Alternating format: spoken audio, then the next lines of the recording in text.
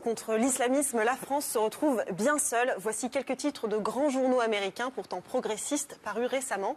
Le Washington Post titre « Au lieu de combattre le racisme, la France veut réformer l'islam ».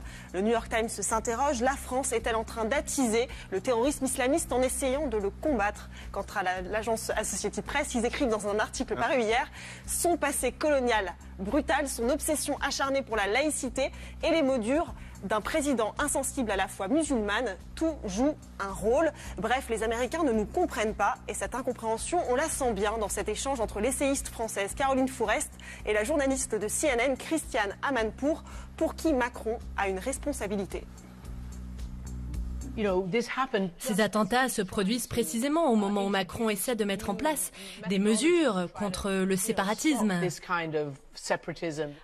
Mais de l'autre côté, vous avez la droite de Marine Le Pen, anciennement Front National. Tout ça doit bien jouer un rôle. Les divisions politiques sur l'immigration, la religion, l'extrémisme. Honestly, I do believe it's the exact opposite. En fait, c'est l'ensemble du monde anglo-saxon qui s'interroge. En Angleterre, on a pu lire cette tribune dans le Guardian. Vue de Grande-Bretagne, l'approche laïque de l'enseignement à la française ressemble souvent à de l'islamophobie cachée. On se souvient d'ailleurs qu'en 2015, après les attentats de Charlie, il s'était passé ça. Which is completely crazy that in UK you cannot show a simple drawing as that. With Mohammed here at Sky News, we've chosen not to show that cover, so we would appreciate Caroline not showing that. I do apologise for any of our viewers who may have been offended by that. Et au Canada, ce vendredi, Justin Trudeau a écorché la laïcité française en 2 étapes. La première, un oui mais à la liberté d'expression.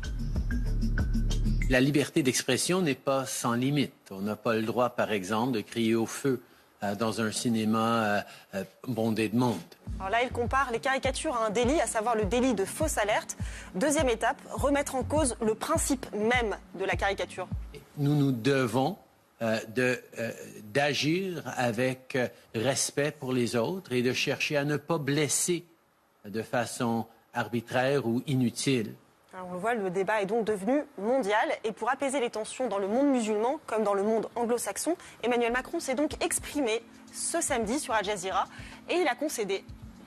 Il y a eu des réactions très, très fortes je dirais, à l'international pour attaquer la France. La France est un pays attaché à la liberté de culte et ce qu'on appelle souvent la laïcité, ce terme si compliqué et qui donne lieu à tant de malentendus. La laïcité, ce terme si compliqué qui donne lieu à tant de malentendus. En fait, dans beaucoup de pays, et notamment chez les anglo-saxons, ce terme ne signifie rien. En anglais, le mot n'existe même pas et n'a pas d'équivalent. Pour comprendre, comparons le premier article de nos constitutions respectives. En France, c'est le principe d'égalité qui prime. La France est une république indivisible, laïque, démocratique et sociale. Elle assure l'égalité devant la loi de tous les citoyens sans distinction d'origine, de race ou de religion. Dans la Constitution américaine, c'est la liberté qui importe le plus. Le Congrès ne fera aucune loi qui touche l'établissement ou interdise le libre exercice d'une religion, ni qui restreigne la liberté de la parole ou de la presse. En fait, c'est le cœur de l'histoire américaine. Au XVIe siècle, les premiers colons avaient fui l'Europe pour exercer leur liberté de culte. Et donc, toute entrave à la liberté est un problème. En 2009, Obama ne comprenait même pas qu'on puisse interdire le voile à l'école. I reject the view of some in the West that a woman who chooses to cover her hair is somehow less equal. But I do believe that a woman who is denied an education is denied equality.